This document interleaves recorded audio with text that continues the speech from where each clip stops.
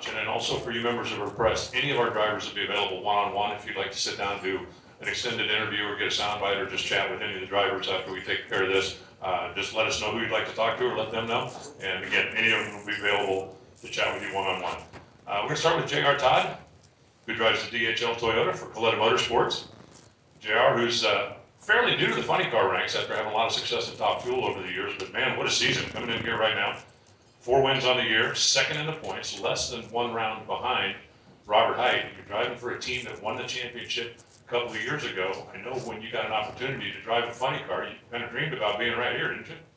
Absolutely. As a driver, this is exactly what you want to be in this position to race for a championship. And I knew going into that DHL Toyota Camry that it was a championship caliber team. And we had some changes with crew chiefs and obviously Del Worsham leaving and me coming in to drive it. Took some time to figure out the process and get the team to gel right. We also had some crew members leave and what have you, but I feel like they kind of got things back together the way things were in 2015, and the consistency of the cars come around, and I'm doing a better job driving than I was last year, and just having a lot of fun being in this position. Tell me about Robert Height. This is a guy who's leading the points right now. He is the reigning champion. You guys look like you've got a very respectful rivalry going on. I know how they feel about your team and what you're capable of. I assume that's mutual. Absolutely. I mean, they have the number 1 on the side for a reason. I mean, you can ask pretty much any crew chief in the funny car division, they're going to say that Jimmy Proc's the man, and I feel like Robert Height's the man. Seems like he's in this position every year battling for a championship, and he's tough. I mean, the dude's racing with a broken collarbone with a metal plate in his shoulder. Being able to go out there and win, after doing that, that's pretty impressive, and got to give it up to him. He's not going down without a fight, but we're not either. You won the spring race here. Does that give you extra confidence coming back? I mean, obviously a different format with the 4-wide, but still, it's a racetrack where you have had success before. Yeah, absolutely, especially with the new track surface. It's nice to come back after having some cars run on it, and conditions are going to be probably close to what they were in the spring. It's going to be, sun out, mid-80s possibly, so I'm looking forward to it, and hopefully we can just keep that consistent run going that we've had the last handful of events. I'm looking forward to watching it. Thank you for taking time out of your schedule to join us today. Thank you. Sitting next to him is Antron Brown. Antron is a 3-time Top Fuel champion. He is driving the Matco Tools Maximus 3.0 U.S. Army car this weekend. I'm not familiar with that. You want to tell me a little bit about the program that you've got going this weekend? There's a special program that we're pulling out here at the Toyota Nationals, for Matco, and basically is a diagnostics tool. But the coolest part about the new tool that they're bringing out is that it just does diagnostics. It actually tells you how to fix the problem that the car has. So it's just another solution for Matco, where it's half the price of all the other scanners that people buy, and it's able just to make it more efficient and get the job done faster, like we try to do on the racetrack week in and week out. Obviously, Matco services automotive professionals from coast to coast. Your team uses a lot of those tools. I know a lot of R&D that comes from the racetrack actually goes into what people can buy off the truck, right? Oh, absolutely. And we do a lot of that stuff. A lot of people don't realize is that our crew guys, they bring it to the testing grounds. Like everybody has testing grounds, R&D, and we bring it to the racetrack. When you can actually take one of our vehicles and turn it around in 35 minutes from rebuilding the whole engine, putting tires, putting the clutch, putting the heads on, with breaker bars, impact guns, Infineon, electric impact guns also too. So we use all the variety of tools, and they're able to actually showcase this out there on the tool truck routes and the mobile tool stores, and actually show us putting it to work. And the mechanics can see themselves using it, and they see that if we use it and we do what we do, they know that they can actually get done what they need to do. I mentioned to JR about confidence coming in because you've won here in the spring. You won here 4 times. You're the defending champion of this event. I know that you would like more than anything to be the one that ends the streak of the guy sitting next to you. I tell you what, Steve-O, he's been putting it to everybody lately. You know what? My hat's off to them because they've been putting the work in, and they've been keeping their head down, and they're staying focused. And we know what it takes to do that. I mean, we've done similar things and when we win our championships.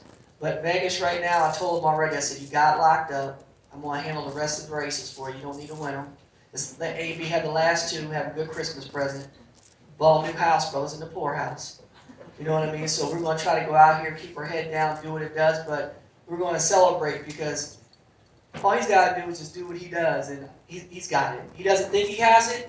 He doesn't know he has it until he steps up on that stage and you get that trophy. And they say, you are the 2018 champion. And you know what? I just couldn't be more happy for him. He's been there for me at all my championships, and we're really good friends. But he'll tell you, and I will tell you, when we race hard. There's no give-me's, because we don't look at each other and say, hey, no, AB, just go ahead and get this race. He ain't going to let that happen. And he knows I ain't going to let that happen. You know it. I felt bad last year because we raced each other and I beat him and took him out, and Brittany won the championship, and I looked at my husband, had a tear come my eye. I said, man, we were just racing. But this year, he doesn't need anybody. He's taking everybody out. So, and JR, our Toyota teammate, he's looking good too. Been on the show, the Nomex Effect, the other week. We talked a lot of stuff. If y'all ain't know Nomex Effects, listen to it. All your reports, remember we talking about the countdown to championship? It's all Nomex Effect. No whole bars. Right? You gotta tell them, man. Gotta promote the show.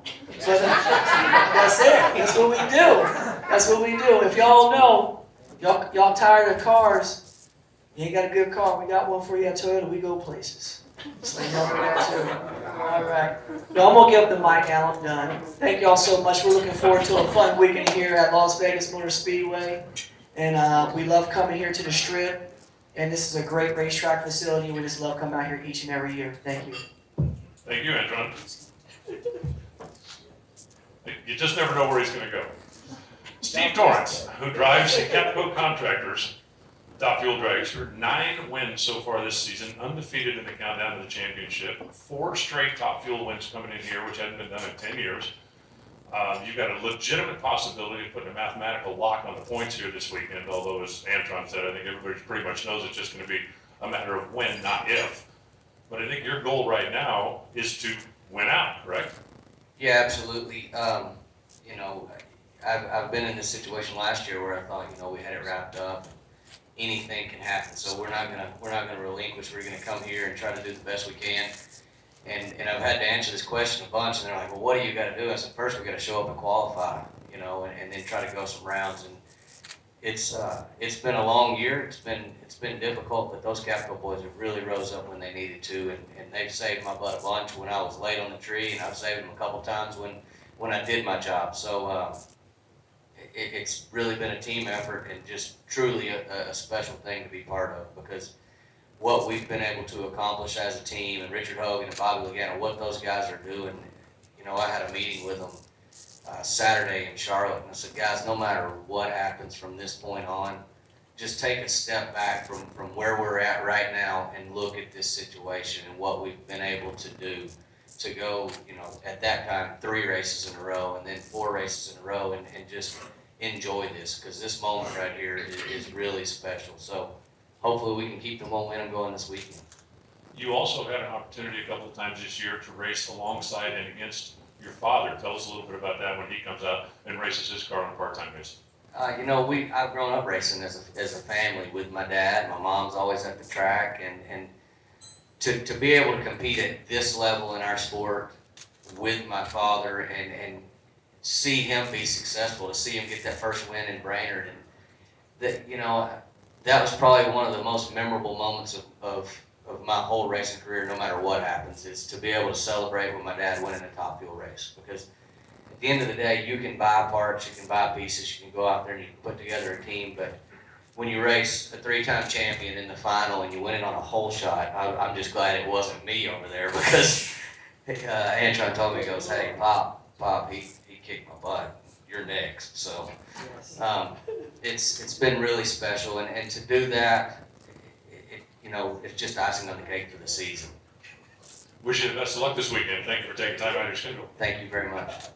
Seated next to Steve is Jake Coughlin Jr., who is a multiple-time Pro Stock champion, drives the Jake's Elite Motorsports Chevrolet. He's a 6-time Las Vegas winner. Second place in points, 130 back, still within striking distance, but this weekend you certainly have some work to do. Yeah, no doubt. You know, the Pro Stock, you know, countdown has been exciting, but mainly for Tanner Gray. You know, he's been the star of the show thus far, and has put a pretty sizable lead out there on the rest of the Pro Stock pack. And you know, I'm really, you know, like a lot of these guys have said, I'm really proud of our team. We're in 11th place in the standings just about 10 races ago, 11 races ago, and climbed our way up into the countdown pretty handily. I think we finished 4th in the countdown, and had a pretty good playoff or countdown thus far. But we're not mathematically eliminated, and we live by only the strong survive. So we're definitely going to get out here and race hard, race smart, and just see how things play out. So, the strip's been great to us. As you mentioned, we've had some great victories here in my career, and I've watched my brother win championships here, and et cetera. So it's the countdown is doing its job. It's built just tremendous excitement at all 4 levels of professional racing.